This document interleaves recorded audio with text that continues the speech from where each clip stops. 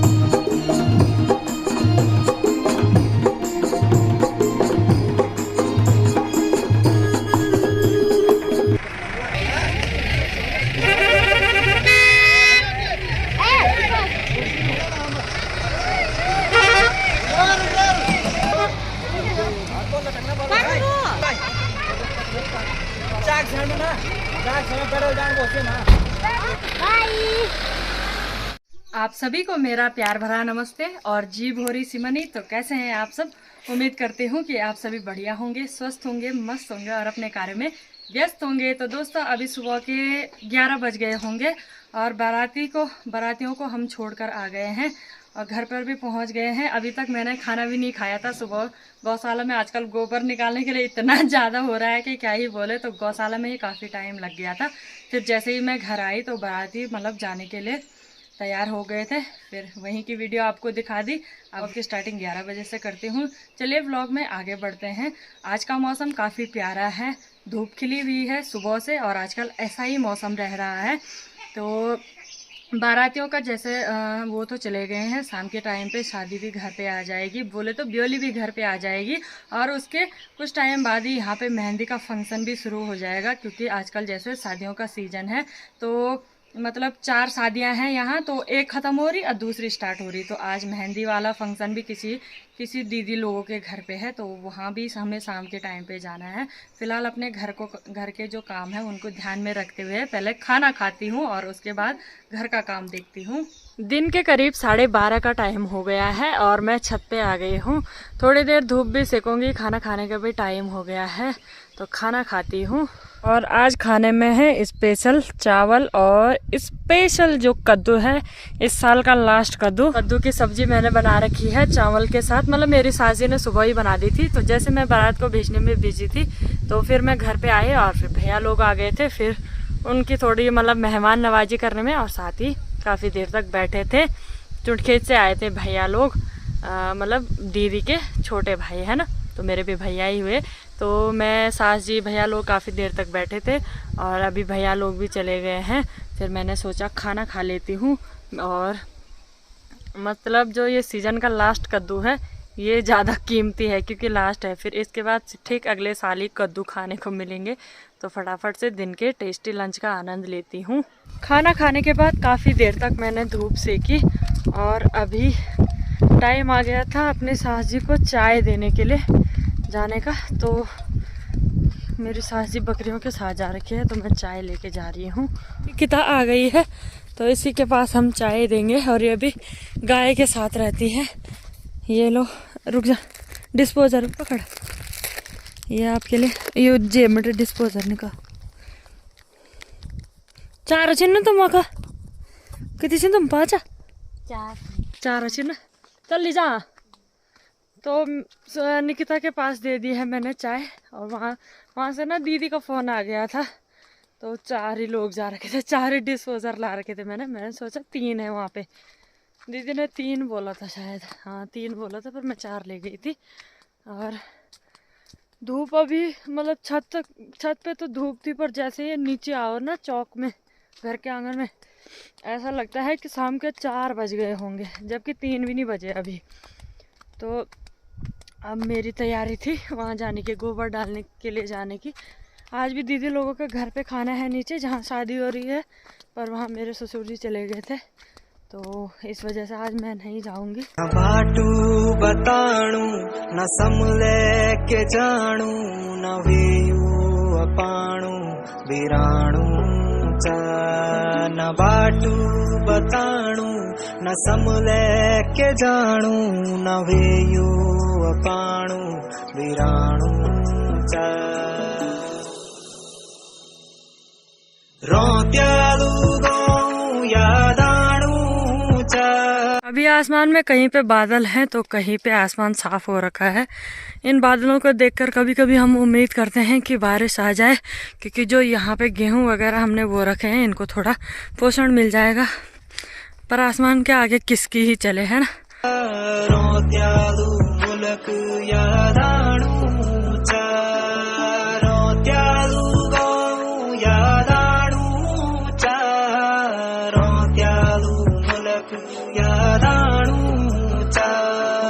दोस्तों अभी रात के 6:16 का टाइम हो रहा है और अभी मैं शूट कर रही हूँ। तो दिन में शूट करने के बाद मैं सीधा चली गई थी गोबर डालने के लिए, और फिर गोबर ही डाल रही थी तो क्या ही शूट करना था। आज जैसे 2 जगहों पे फंक्शन है, एक जगह तो दुल्हन आ गई है और गढ़वाली में बोलते हैं ब्योली भी यहाँ आ गई है, तो दूसरी जगह ना मेहंदी का भी कार्यक्रम है और वहाँ भी गाँव वालों के लिए खाना है। तो पहले हमें एक जगह खाना लेने जाना है और उसके बाद दुल्हन को देखने जाना है। तो मतलब हबड़ तबड़ मची हुई है, तो चलते हैं फटाफट से। हम भी लागे ये खाना और इसके ऊपर चुन्नी रख के लागे हैं क्योंकि कोई धूल ना जाए इसके अंदर। और ऐसा कहते हैं कि ढक कर लाना चाहिए, ये मतलब ये खुला खाना नहीं लाना, खुला खाना अच्छा नहीं लगता है ना, तो इस वजह से। हम भी आ चुकी है, आप जाते खाना किसी के घर पे रखेंगे। हाँ यार दोस्तों, नीचे रोड पे आ गई है दुल्हन। पर आप हमारे गांव का बांग्लादेश देखो दोस्तों, ओ दोस्तों जरा वहाँ देखो। वो मेरा बांग्लादेश है, वो इसका पर्सनली वाला बांग्लादेश है ना। तुम खोलो ना बांग्लादेश का दौर रिश्तेदार तो नहीं दौर। तो वहाँ पे रहा बांग्लादेश और नीचे बारात पहुँच गई है। यहाँ पे हमारे सिम्मू ननद भी चली गई है खाना लेने के, दुल्हन भी पधार गए हैं और हमारी प्रियंका बहू रानी को ठंड लग रही है, ठंड लग रही। तो दोनों को वैवाहिक जीवन में बंधने की ढेर सारी शुभकामनाएं। चलो बढ़ो आगे।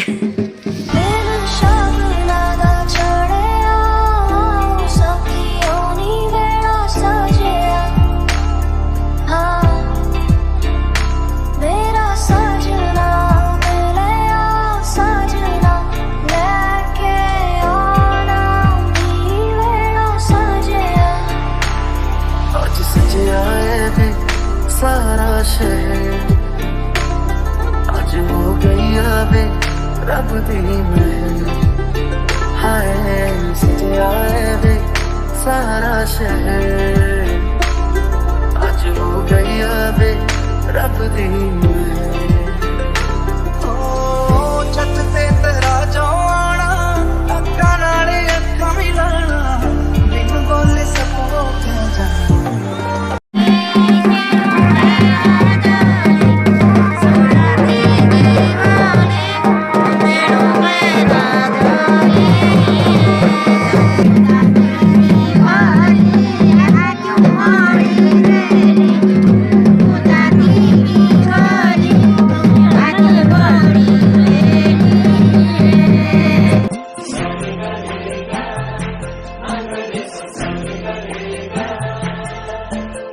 जिंदगी में आज लम्हे खास आ गए आते आते दोनों के दिल पास आ गए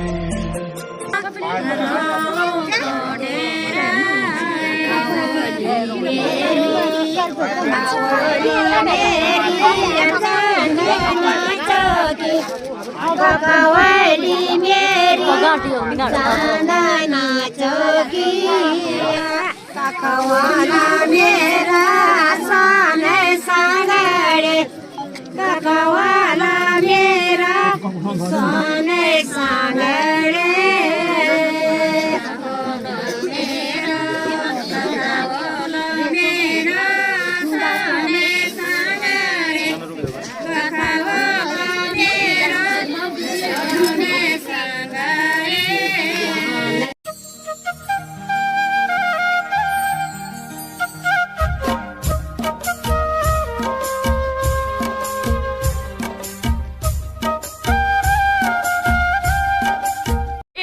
अपने शादी की फीलिंग आ रही है पिंकी खुश हो जा तू माँ बहन का तू भी नहीं वाली मैं और हमारी चाची को बोलो अपनी शादी की याद आ रही है न्यूड़ी बैगन हम तो होनी चा अब भी हो याद न्यूड़ी ती तब भी हो याद अब भी हो याद न्यूड़ी तो